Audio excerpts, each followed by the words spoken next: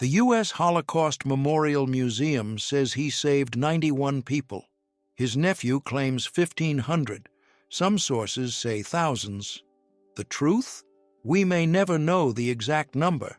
But what we do know is this: an Iranian diplomat in Nazi-occupied Paris used Hitler's own racial ideology against him to save Jewish lives, and then history forgot him. His name was Abdol-Hosein Sardari. You've probably never heard of him. No major Hollywood movie. No best-selling biography until 2013. No recognition from Israel's Holocaust Memorial.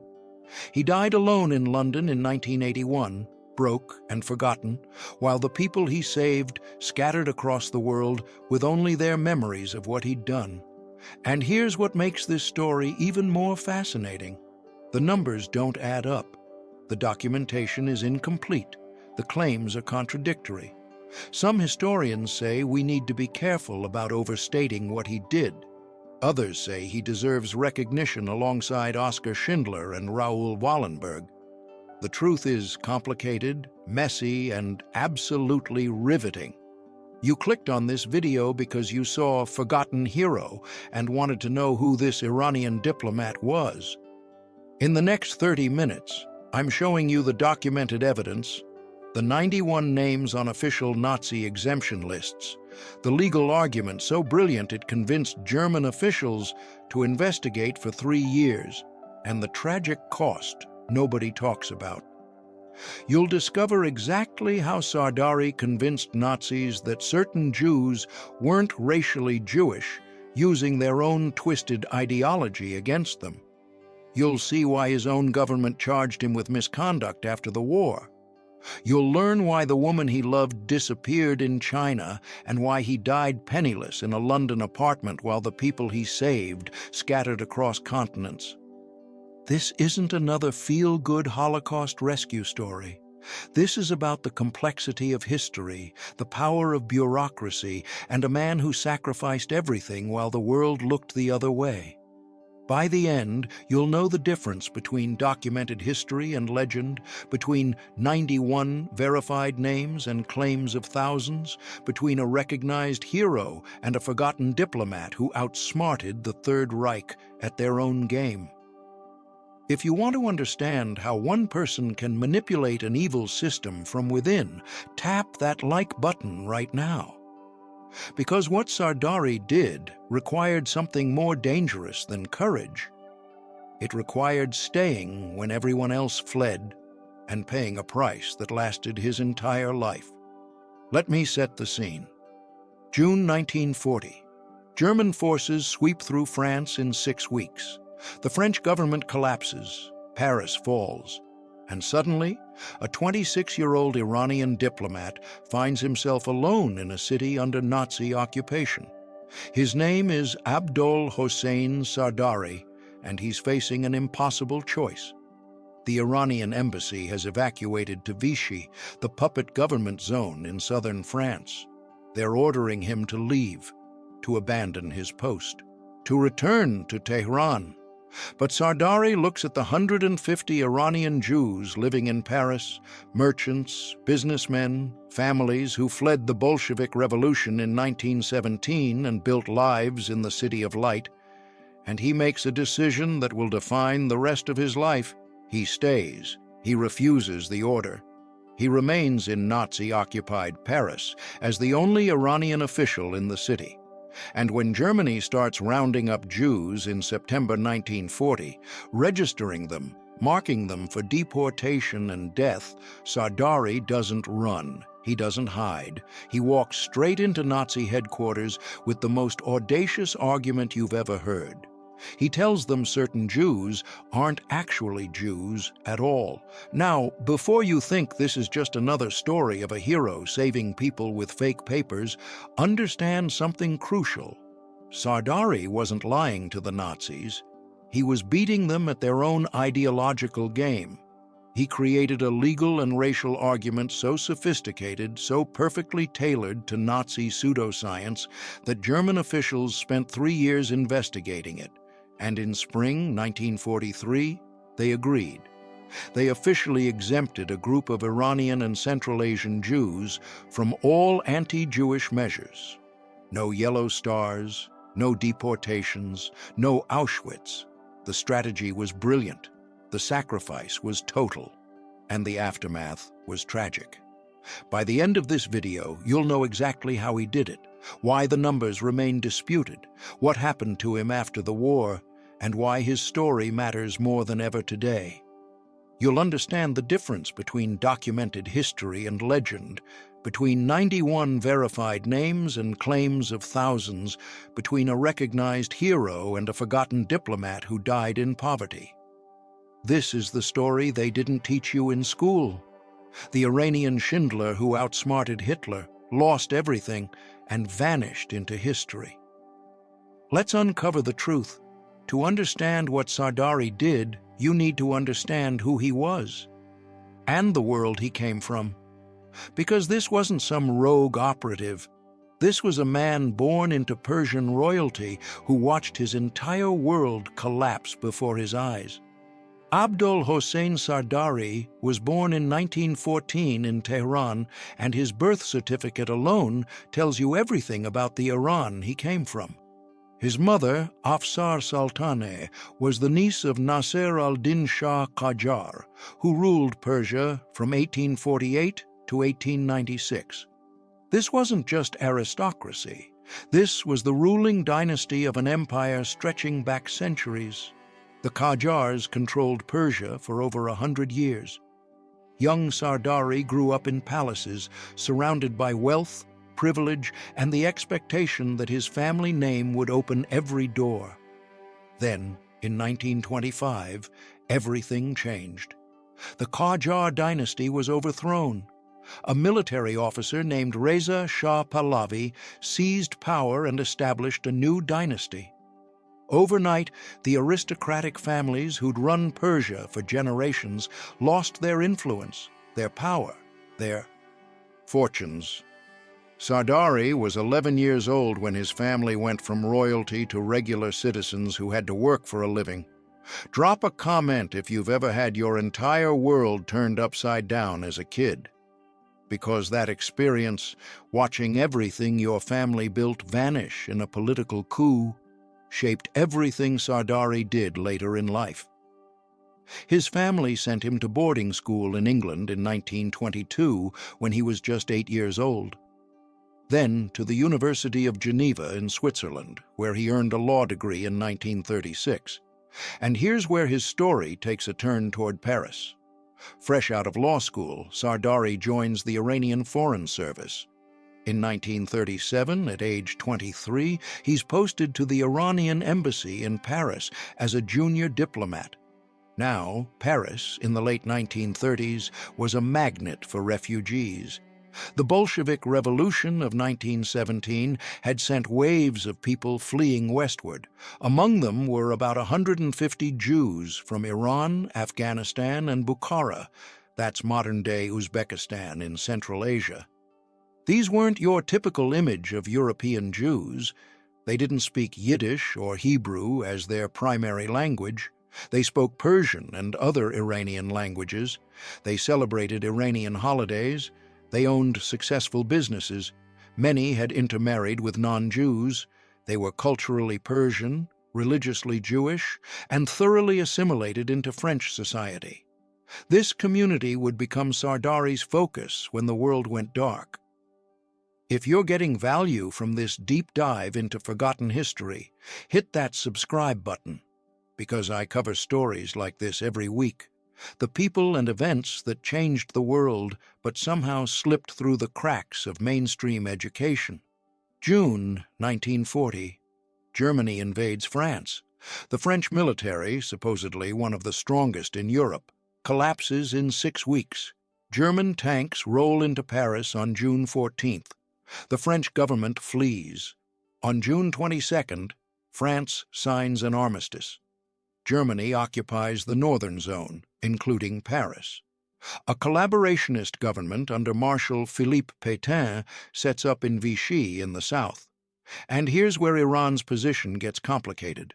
Because unlike what you might assume, Iran and Nazi Germany had relatively good relations before 1941. Hitler had declared Iran an Aryan state in 1936. The Nazis loved this idea that Persians were pure-blooded Aryans. It fit their twisted racial hierarchy. Germany was Iran's biggest trading partner. Iranians were actually exempted from the Nuremberg racial laws as pure-blooded Aryans. Reza Shah kept Iran officially neutral, but there was economic cooperation and mutual respect. So when France fell, Iranian diplomats had a decision to make. The ambassador, Anushirvan Sepabodi, relocated the embassy to Vichy in southern France. Most staff went with him. They ordered Sardari, the junior diplomat, to leave Paris. Come to Vichy. Abandon the occupied zone. Sardari refused. He stayed in Paris as the only Iranian official in the city. Why? The records don't show a dramatic declaration, but his actions over the next 5 years speak volumes. He stayed because of those 150 Iranian Jews. He stayed because someone had to represent Iranian interests in occupied Paris. He stayed because leaving felt like abandonment. And then, on September 27, 1940, the Germans issued an ordinance. All Jews in occupied France must register with police, wear yellow stars, submit to restrictions on movement, employment, property. The machinery of the Holocaust was starting to turn. Sardari didn't wait. On October 29, 1940, 1 month after the registration order, he wrote his first documented letter to Vichy officials. And this is where his legal training kicked in. He didn't beg for mercy. He didn't appeal to humanity. He built a legal and racial argument using the Nazis' own ideology as his foundation. But before I reveal that strategy, you need to understand what was happening to Jews in Paris, because the timeline matters. Summer 1941, 6 Iranian Jews, part of this community Sardari was protecting, were arrested and sent to Drancy. That was the internment camp outside Paris where Jews were held before deportation to Auschwitz. A community leader named Dr. Asaf Achildi, a physician from Samarkand, managed to get 2 of them released using a German attestation, but 4 remained imprisoned. July 16, 1942. The Vel d'Hiv roundup. French police, not Germans, French police, arrested over 13,000 Jews in Paris in a single day. 8,000 were held at the Velodrome de Hiver, an indoor cycling stadium. No food, no water. Families crammed together in summer heat. Within days, most were deported to Auschwitz via Drancy. Only a handful survived. This was the reality Sardari was fighting against. Not theoretical persecution, actual deportations, actual death camps. The clock was ticking. And then, in August 1941, Sardari's world got even more complicated. Britain and the Soviet Union invaded Iran. They feared Iranian oil would fall into German hands, so they occupied the country, forced Reza Shah to abdicate, and installed his 21-year-old son, Mohammad Reza Pahlavi, as the new Shah. Iran's neutrality ended. Iran joined the Allies, and suddenly Iranian interests in Nazi-occupied Europe were transferred to Swiss diplomats, which meant Sardari lost his official status. No longer a recognized diplomat, no salary, no diplomatic immunity. The Iranian government ordered him back to Tehran. Again, he refused, and this time the cost was clear. He would work without heat, without money, sometimes without food, because staying meant losing everything. Hit that notification bell if you want more stories of people who sacrificed everything to do what was right. Because what comes next is where Sardari's genius truly shines. So what was Sardari's argument? How do you convince Nazis that Jews aren't Jews? The answer is equal parts brilliant and disturbing because it required embracing the very racial pseudoscience that fueled the Holocaust. Sardari created a category called Jugutis. The term referred to Iranian and Central Asian Jews, people from Iran, Afghanistan, Bukhara, Samarkand. And his argument went like this: Jugutis are not racially Jewish. They're ethnically and racially Aryan Persians who happen to practice the Jewish religion. Let me break down the layers of this strategy because it's more sophisticated than it sounds. First, Sardari leaned into Nazi racial ideology. The Nazis believed Aryans were the master race, tall, blonde, blue-eyed Northern Europeans. They classified people by blood, by ancestry, by racial purity. Religion was secondary. What mattered was race. So Sardari said, fine, let's talk about race. Jugutis are racially Aryan. They're indigenous to Iran and Central Asia, which the Nazis themselves classified as Aryan territories. They're not racially related to European Jews. They don't have the same ancestry. They're Persians who practice Judaism, not Jewish by blood. Second, he emphasized cultural and linguistic differences. Jugutis spoke Persian, not Yiddish or Hebrew. They celebrated Iranian holidays. They dressed like Persians. Many had intermarried with Muslims and Christians. They were assimilated into Persian culture in a way that made them ethnically distinct from European Jews. In Nazi terms, they were racially separate.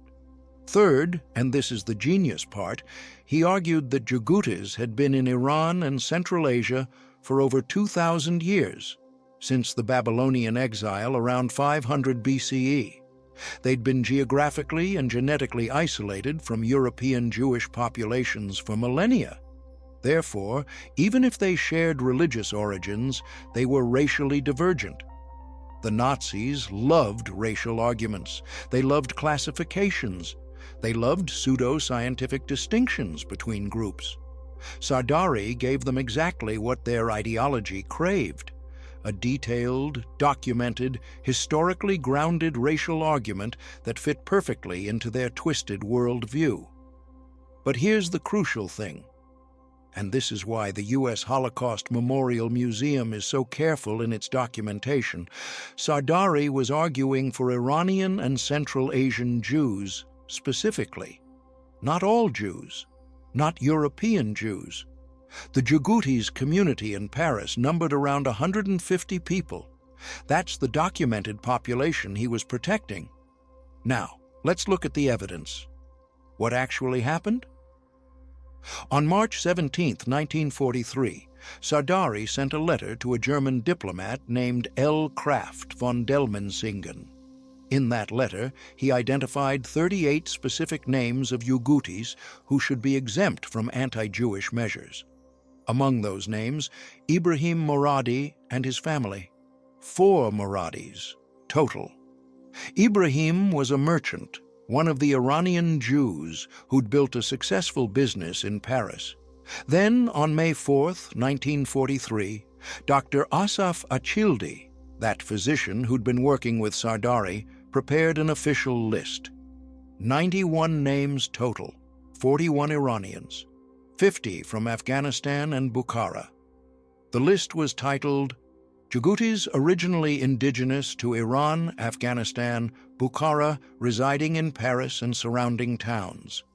It was submitted to the Vichy Commissariat General for Jewish Affairs, the French office responsible for implementing Nazi anti-Jewish policies. And sometime in spring to mid-1943, the Germans agreed. They officially exempted Jugutis from anti-Jewish measures. No yellow stars, no deportations. The Vichy authorities adopted the same policy. Those 91 people, those are the documented survivors. The US Holocaust Memorial Museum states clearly, most of the Jugutis living in France survived the German occupation. Starting population, around 150. Documented exemption list, 91. The math suggests nearly all of them survived. So why do you see claims of 1,500? 2,000? Thousands of Jews saved? Here's where history gets messy. In 1998, Sardari's nephew, Feridun Hoveyda, who was Iran's ambassador to the UN in the 1970s, gave an interview. He claimed Sardari issued 1,500 Iranian passports to endangered Jews in 1942. Not just Iranians, Jews in general. The US Holocaust Memorial Museum analyzed this claim. Their conclusion? Quote, "Neither documentation nor testimony has surfaced thus far to confirm this implausibly high number. Considering the number of blank passports Sardari was likely to have had on hand in light of the small size of the Iranian community in France, and no evidence exists that Sardari helped non-Iranians. Though he lived with his uncle in Paris in 1942, Hoveyda never mentioned the matter in his diary." That's the museum calling it implausibly high and noting that Hoveyda lived with Sardari during this period but never wrote about it in his diary. That's diplomatic language for, "We don't believe this claim." Now, does that mean Sardari only saved 91 people? Not necessarily. It means 91 people are documented on official lists. It's entirely possible he issued additional passports, helped people off the record, intervened in ways that weren't formally documented. War is chaos. Not everything gets written down. But the hard evidence we have, the lists submitted to German and Vichy authorities, shows 91 specific names. And here's why I'm dwelling on this. Because understanding the difference between documented history and legend matters. 91 people is still 91 lives, 91 families, 91 stories. That's not a small number. That's profound. But when we inflate numbers without evidence, we undermine the credibility of the story. We make it easier for Holocaust deniers to claim exaggeration. We turn history into mythology. The power of Sardari's story isn't the number, it's the method. It's the fact that he outsmarted the Nazi bureaucracy using their own twisted logic. It's the fact that he stayed when everyone else left. It's the fact that he sacrificed his career, his comfort, his future, for a community that wasn't even entirely Iranian. Let me tell you about Ibrahim Moradi, one of those documented names. Ibrahim was an Iranian Jewish merchant living in Paris. When the war ended, he testified about Sardari's assistance. Sardari had protected him and his family. In 2004, Ibrahim attended a ceremony at the Simon Wiesenthal Center in Los Angeles, where Sardari was posthumously honored. Ibrahim was there in his 80s to bear witness. That's real. That's documented. Or Haim Sassoon, another Iranian Jew. Haim had a valuable collection of antiques. When the roundups began, Sardari hid Haim's entire collection. Some sources say in the embassy basement, others say in Sardari's personal residence. After the war, Sardari returned everything, every piece. Haim got his property back because one diplomat refused to steal during chaos. These are the stories we can verify. These are the human beings who survived because Abdol-Hosein Sardari stayed at his post.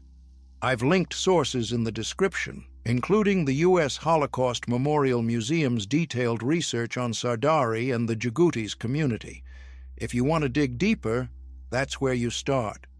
Primary sources, documentary evidence, not legends. So Sardari saved dozens, maybe more. He outsmarted the Nazis. The war ended in 1945. He's a hero, right? This is where the story should end, with recognition, gratitude, a peaceful retirement. Instead, it gets complicated, because the same qualities that made Sardari effective during the war, his independence, his willingness to defy orders, his creative interpretation of diplomatic authority, came back to haunt him. 1952, 7 years after the war, the Iranian government orders Sardari to return to Tehran. This time, it's not a suggestion. They charge him with misconduct, specifically embezzlement. The accusation? Issuing unauthorized passports. The very thing he did to save lives was now being used against him as evidence of criminal activity. Think about that for a moment. During the war, when Iran's government had evacuated, when there was no clear chain of command, when Sardari was operating essentially alone in occupied Paris, he issued Iranian passports to protect Iranian Jews from deportation and death. He used his access, his authority, his diplomatic tools to save lives. And now, his own government was charging him with misusing those tools. The trial and investigation lasted 3 years, 1952 to 1955, and here's what the research shows. In 1955, Sardari was cleared, his name was restored, the charges were dropped. He retired from the Iranian Diplomatic Corps with his reputation intact, at least officially, but the damage was done. 3 years of accusations, 3 years of defending actions that should have made him a national hero. The message was clear. Heroism without authorization is still insubordination. Now, you might wonder, why would Iran prosecute someone for saving Jews? It's not that simple. Remember, this is the 1950s. Mohammad Reza Shah is in power. Iran has friendly relations with Israel at this point. They won't break diplomatic ties until the Islamic Revolution in 1979. This wasn't about anti-Semitism.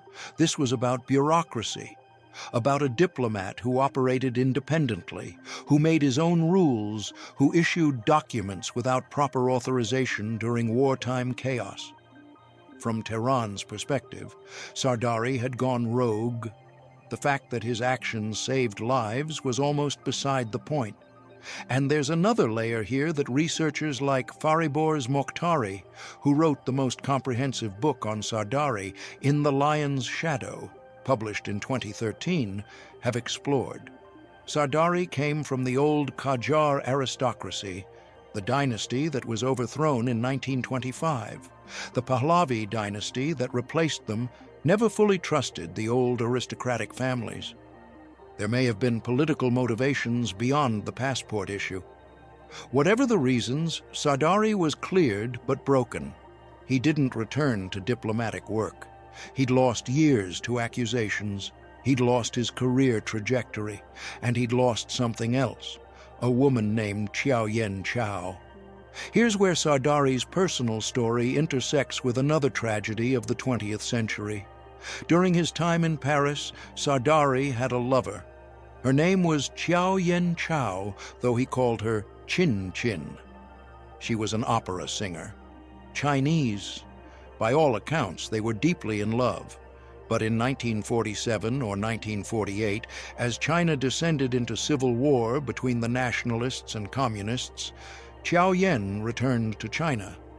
Sardari expected her to come back. She disappeared. No one knows exactly what happened to her. The Chinese Civil War was brutal. Millions died. Millions more were displaced. Communication with the outside world became nearly impossible once the communists won in 1949. Sardari searched for her. He never found her. He never saw her again. Multiple sources confirm he never married, never had children, and spoke of Xiaoyan for the rest of his life. Know someone who needs to hear this story of sacrifice and forgotten heroism? Share this video with them, because what comes next is even harder. 1979, the Iranian Revolution, the Shah falls, Ayatollah Khomeini rises, Islamic Republic established, and Sardari's nephew, Amir Abbas Hoveyda, who'd served as Iran's prime minister for 13 years under the Shah, is executed by the new regime, shot by firing squad. Sardari, by this point, was living in London. Some sources say Croydon, others say the Nottingham area. He was in his 60s, alone, and now watching his family targeted by revolution. The old aristocratic connections that once meant privilege now meant danger. Here's what we know about his final years, and it's heartbreaking. Sardari lived in poverty. The man who once represented Iran in one of Europe's most prestigious capitals, who'd rubbed shoulders with diplomats and saved lives under Nazi occupation, died broke. His pension from the Iranian Foreign Service was cut off or became worthless after the revolution. He had no family to support him, no wife, no children. His nephew, the prime minister, was dead. His other nephew, Feridun, was Iran's UN ambassador but couldn't help much after the revolution. Abdol-Hosein Sardari died in London in 1981. He was 67 years old, alone, in poverty, largely forgotten. But here's the twist that makes this story even more complex. In 1978, 3 years before his death, Yad Vashem, Israel's Holocaust Memorial Authority, reached out to Sardari. They were researching the righteous among the nations, non-Jews, who saved Jews during the Holocaust. They asked Sardari about his wartime activities. His response, documented in their files, is fascinating. He wrote, "As you may know, I had the pleasure of being the Iranian consul in Paris during the German occupation of France, and as such, it was my duty to save all Iranians, including Iranian Jews." Read that again. My duty. Not heroism, duty. He framed his actions as simply doing his job, protecting Iranian citizens. The fact that they were Jewish was incidental to his diplomatic responsibility. Yad Vashem has never designated Sardari as righteous among the nations. To this day, he's not officially recognized. Why? The criteria are strict. You must have risked your life to save Jews, specifically because they were Jews, not as part of official duties, and there must be documented testimony from survivors. Sardari's case is complicated. He had diplomatic status, at least initially. He framed his actions as official duty, and the number of documented survivors with direct testimony is limited. Some advocate for his recognition. Others say the evidence doesn't meet the criteria. It remains unresolved. In 2004, 23 years after his death, the Simon Wiesenthal Center honored Sardari posthumously, but by then, nobody from his immediate family was alive to accept. Ibrahim Moradi, one of the men he saved, attended the ceremony. This is the reality of forgotten heroes. They don't all get parades. They don't all get recognition in their lifetimes. Some die alone, poor, watching the world move on. Let me bring this full circle. You started this video hearing about conflicting numbers. 91 documented, 1,500 claimed, thousands alleged. You now know the truth is probably somewhere in that documented range. 91 names on official lists, perhaps more helped informally. But the legend has grown beyond the evidence. You learned about a man born into Persian royalty who watched his world collapse twice. Once when his dynasty fell, again when revolution consumed his country. You saw how he used Nazi racial ideology against itself, creating a legal argument so sophisticated it convinced Germans to exempt Jugutis from the Holocaust. You discovered the cost, charges of misconduct, a lost love, death in poverty, and you learned why his story is still contested, why Israel hasn't recognized him, why the numbers remain disputed, why some call him the Iranian Schindler, while others say we need more evidence. So what's the takeaway? What do you do with this complicated, incomplete, frustrating historical puzzle? You started this video thinking you'd hear about a simple hero who saved Jews in World War II. You now understand that real history is messier than Hollywood, that heroism doesn't always get recognized, that doing the right thing can cost you everything, your career, your love, your comfort, your legacy. And sometimes, the people you save are the only ones who remember your name. Here's what I want you to take away. Abdol-Hosein Sardari stayed when everyone else left. He fought bureaucracy with bureaucracy. He risked everything for people who shared his culture and his diplomatic responsibility. He never asked for recognition. He called it his duty. And when his government turned on him, when his country fell into revolution, when history forgot him, he died alone in London with only a handful of survivors remembering what he'd done. That's not a Hollywood ending. That's real life. That's what actual heroism looks like when the cameras aren't rolling and the world doesn't care. If this story moved you, here's what you do. First, subscribe to this channel and hit that bell. I cover forgotten history every week, the people and events that shaped our world but somehow disappeared from textbooks. Second, share this video. Seriously. Sardari died forgotten. Don't let his story stay forgotten. Third, check the description for sources. The US Holocaust Memorial Museum has extensive research on this. Go read the primary documents. Form your own conclusions. And finally, here's my challenge to you. Drop a comment answering this question. If you were Sardari in 1940, would you have stayed? Knowing you'd lose your salary, your status, possibly your life. Knowing history might forget you. Knowing even your own government might prosecute you later. Would you stay to protect 91 people? Because that's the question that matters. Not whether he saved 91 or 1,500, but whether you would do what he did for even one person. In my next video, I'm revealing another forgotten World War II story. The diplomats who saved thousands by breaking their own country's laws. Click subscribe so you don't miss it. Until then, remember, history isn't clean. Heroes aren't perfect. And sometimes the most important stories are the ones nobody wanted you to hear. I'll see you in the next one.